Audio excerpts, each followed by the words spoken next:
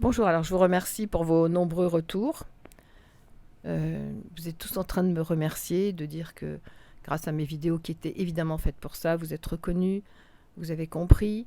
Mais à un moment, c'est comme si vous arrivez à un carrefour, il y a un stop et vous ne savez plus quelle direction prendre. J'ai fait une vidéo qui est réservée pour mes membres et les personnes de mon groupe privé, avec Bastien, qui se posait des questions, qui ne comprenait pas pourquoi il ne réussissait pas, qui disait c'est parce que j'ai pas d'argent, qui disait oui mais toi t'es passé à la télé, etc. Et c'est là où il faudrait séparer les choses. Et j'ai envie de vous demander quels sont vos objectifs, quels sont vos projets de vie, et surtout comment est-ce que vous avez envie de vivre. En fait, on va déterminer sa profession par rapport à 3 points qui sont essentiels. Qui je suis, comment j'ai envie de vivre au quotidien, et quelle profession me convient. C'est pas simplement prendre un job et dire ça va me rapporter tant et ça va être génial. De toute façon, le HPI, il a du mal à faire ça, sauf évidemment nos grands HPI, qui eux se sont même pas posé la question, ont fait des études d'ingénieur et sont partis directement sur leur route. Donc provisoirement, on va écarter cela. On va écarter nos gros HPI qui de toute façon, évidemment, font un petit gros burn-out et prennent une autre direction, ou en tout cas une autre façon d'appréhender les choses avec beaucoup plus d'émotion et beaucoup moins de contrôle. Pour les autres qui me posaient des questions et qui n'arrivaient pas à bouger. C'est quand même assez impressionnant, mais c'est le syndrome post-Covid qui effectivement a donné à chacun une raison de rester dans son cocon, de se rassurer, se confirmer qu'on était mieux tout seul dans un petit cocon en sécurité. Alors c'est vraiment ce qui se passe pour la personne qui reste comme ça en sécurité, qui vient d'être construit, ça va vous parler ça, et qui reste dans sécurité pendant 9 mois, pour réapparaître de force, on va dire, pour une arrivée en douceur ou difficile, généralement difficile pour les HP, sur ce monde. Donc retourner dans le cocon, c'est vraiment retourner, alors soit pour aller plus vite vers un autre chemin, soit si vous restez enfermé comme certains le font aujourd'hui, alors on va préciser certaines choses. Est-ce que, et c'est la grande question, est-ce qu'on a besoin d'argent pour mettre un projet en place ? Qu'est-ce qui va faire bouger un projet ? Qu'est-ce qui va faire bouger une envie ou bien un besoin de réalisation ? Et là, il faut quand même dissocier des éléments et non pas les mettre en masse parce que sinon on ne va pas y arriver. Alors, le premier point, j'ai expliqué à quelqu'un qui est venu me voir en Normandie, et il y avait un petit groupe et quelqu'un a pris cette discussion, Bastien, au hasard, et en fait, on est dans la confusion la plus totale. D'abord, c'est qu'est-ce que j'ai envie ? Est-ce que j'en ai besoin ? Est-ce que ça va alimenter et me nourrir ? Alors, il y a une seule nourriture, c'est la nourriture intellectuelle. Et avec les émotions, on fait d'autres choses, on les utilise pour tout ce qui est créativité, création. C'est mon chien. Ça veut dire qu'au bout d'un moment, on doit dissocier les choses pour pouvoir les rassembler et les remettre non pas en puzzle qui se construit dans n'importe quel sens, mais pour que tout trouve un sens, un équilibre et j'ai envie de dire une raison de vivre. Donc les émotions servent à construire et tout ce qui est créativité. Par exemple, si vous avez un métier artistique, c'est avec les émotions que vous allez pouvoir mettre ce projet en place. Ça, c'est un élément. L'intellectuel, ce qui est le mental, a besoin de se nourrir. Quelle est la nourriture que vous allez donner à votre mental ? Quelle est la nourriture que vous allez donner à votre mental ? Comment vous allez nourrir cette partie mentale qui a besoin de ce qu'on appelle l'intelligence froide, de connaissances, de recherche, etc. Maintenant, ensuite, il y a les besoins vitaux. Quels sont nos besoins ? Qu'est-ce qu'on a besoin dans la vie ? Est-ce qu'on a besoin d'air ? Est-ce qu'on a besoin de ciel ? De voir le soleil ? Ou au contraire de rester sous un arbre ? Est-ce qu'on a besoin de courir ? Est-ce qu'on a besoin... Ça, c'est les besoins. Donc, on va devoir mettre un projet en place en respectant nos besoins. Les besoins de chacun sont les 5 sens, évidemment, pour le HP, mais sont dans une nuance, dans une certaine nuance. Dans le même temps, par exemple, se protéger, ça sera pour un être sous un arbre, pour l'autre, ça sera être sur la plage, pour un, ça sera être dans la solitude, pour l'autre, ça sera être en groupe, où la personne va pouvoir se sentir à l'aise et se sentir en sécurité. Pour chaque même HP, c'est différent. On est dans la nuance de soi. Donc, quand on a vu nos besoins, par exemple, si vous n'aimez pas voyager et que vous prenez un boulot dans le tourisme, bon, il y a un problème, il y a un petit souci, vous voyez.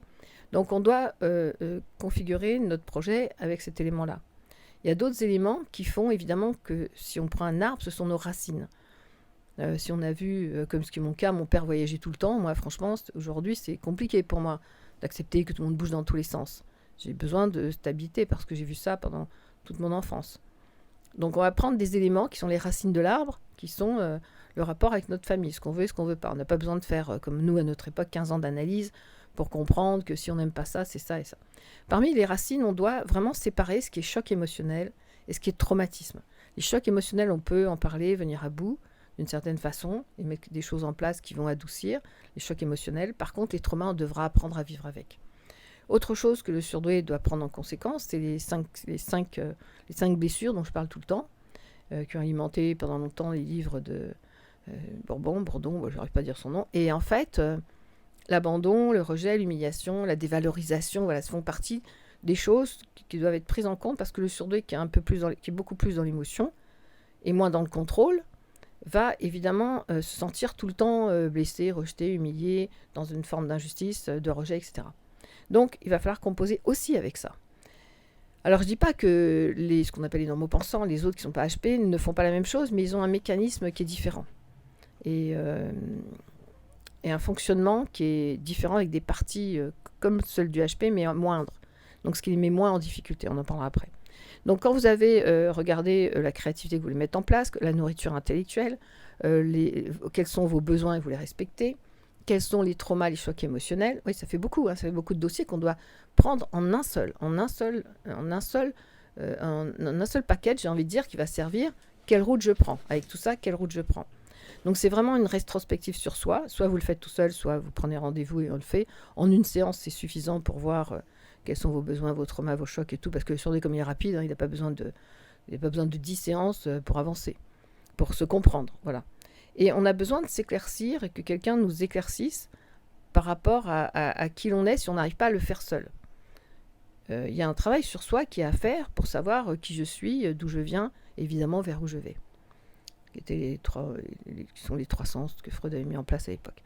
Quoi qu'il en soit, le HP, parce qu'il vient de fonctionnements différents, parce que son schéma psychanalytique est différent des autres, il va devoir prendre en considération tout ça, la partie mentale qui doit devoir nourrir, la partie émotionnelle avec laquelle il devra construire, mettre en place sa créativité pour recréer un équilibre et surtout respecter ses besoins, qui sont les 5 sens, et de quelle façon les siens s'appliquent au quotidien, et les 5 blessures avec lesquelles il devra tenir compte parce que ça sera les cailloux sur son chemin de vie qu'il devra effectivement éloigner ou utiliser. Voilà, tout ça va dépendre quels ingrédients vous mettez à la finale. Tout ça ensemble va faire que vous allez pouvoir réussir. Alors maintenant, la question c'est, tous les surdoués sont en ce moment en rétraction totale d'eux-mêmes, se sont réfugiés dans des cocons, et j'ai envie de dire, mais c'est hyper mauvais.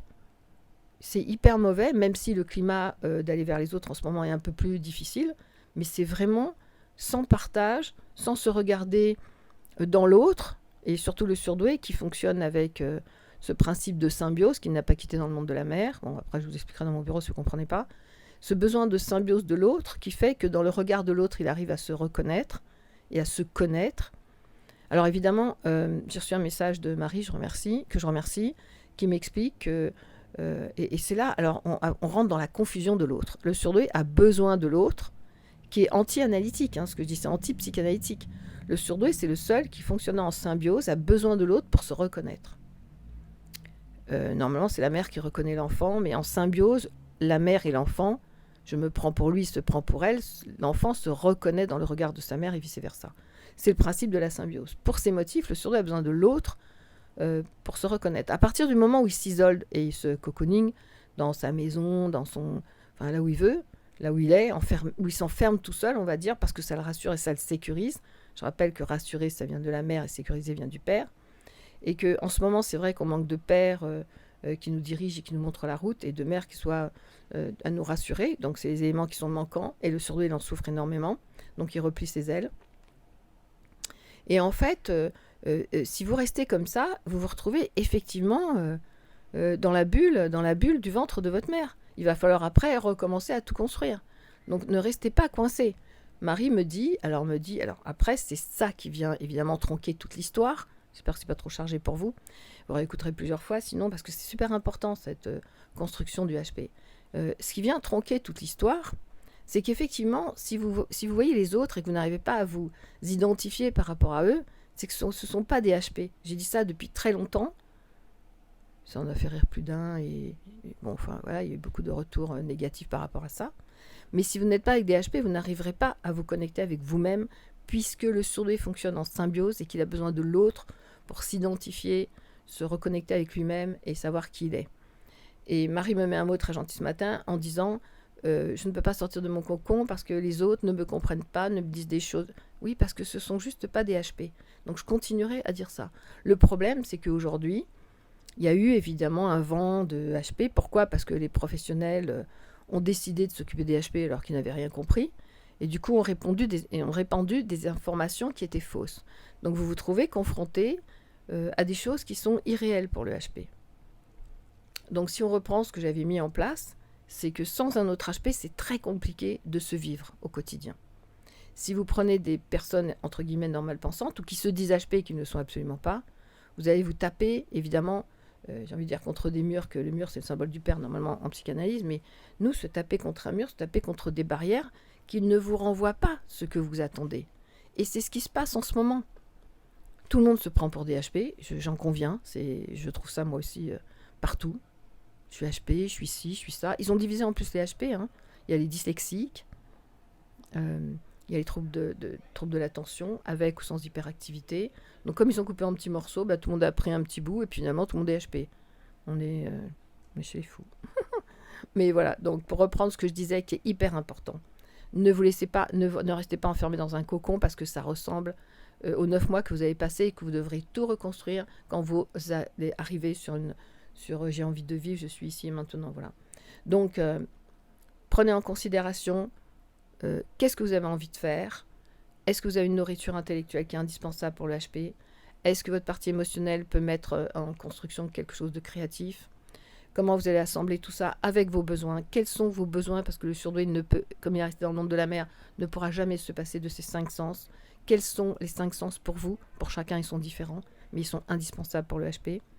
Se remettre en symbiose, se reconnecter avec d'autres HP est indispensable parce que le surdoué, c'est le seul, dans le terme psychanalytique, à se voir dans le regard de l'autre et à se comprendre. Et ensuite, beaucoup de surdoués ont des dons qu'ils doivent mettre en place, de sensations particulières. Voilà, sans d'autres HP, je suis désolée de le dire parce que je l'ai dit souvent et j'ai été longuement critiquée pour ça, mais c'est pas très important d'être critiqué, c'est que sans d'autres HP, vous avez du mal à sortir de ce cocon. Voilà. Et si on prend un symbole, le bébé dans le ventre de sa mère, s'il sort, s'il arrive sur Terre, s'il arrive à la vie et qu'il ne reconnaît pas sa mère, qu'il ne se connecte pas avec elle, ce qui est complètement impossible, parce que toutes les mamans étaient en symbiose avec leurs enfants, puisqu'ils les ont portés au moins pendant 9 mois environ, et qu'à l'arrivée, ce bébé a quand même été en symbiose, le temps d'ouvrir les yeux avec sa vie. Donc, si le surdoué ne se reconnecte pas dans cette symbiose, il a du mal à vivre. Voilà. J'ai mis cette théorie en place, qui était évidemment HP-HPE, que tout le monde a un peu vulgarisé, mais pourquoi pas. Ça a été utile pour beaucoup de personnes et on m'envoie des retours de remerciements et moi aussi je vous remercie d'avoir écouté, d'avoir appliqué et d'en être heureux parce que c'était mon objectif. Et aujourd'hui, ne restez pas enfermés, vous retournez en arrière. Et si vous retournez en arrière, alors il faudra revenir ici et maintenant, encore une fois. Et le surdoué, il sait faire ça, entrer, sortir, ce qui est très mauvais pour lui. Voilà. Maintenant, Marie qui me dit « je me reconnais pas avec les gens, je suis obligée de composer ». Non, ça s'appelle de la suradaptation. Et je vois pas pourquoi le surdoué se forcerait à se suradapter. C'est juste parce qu'on lui a donné des informations qui étaient mauvaises. Voilà. Si vous avez des questions, n'hésitez pas. Vous les mettez sous la vidéo et j'y répondrai avec plaisir. Quelqu'un me demandait si je organisais toujours des week-ends. Je suis sur un autre projet encore plus important. Je vous expliquerai, voilà, je ne vais pas vous embarrasser, mais il est très important que la personne HP reconnaisse son identité, son fonctionnement, comment est-ce qu'il fonctionne avec sa partie émotionnelle, artistique, sa partie mentale, les 5 sens, ses besoins qui sont très particuliers, et son fonctionnement symbiotique qui fait qu'il ne pourra se reconnaître que s'il y a d'autres HP dans sa vie, à condition évidemment que tout le monde ne se dise pas HP ou dyslexique, ou comme c'est le grand bordel en ce moment, c'est le bord de la mer dont on sort jamais, et dont on reste enfermé sans elle, et sans elle pour s'envoler. Voilà, je vous embrasse, j'espère que ça vous aura intéressé. Merci pour vos retours, et prenez soin de vous.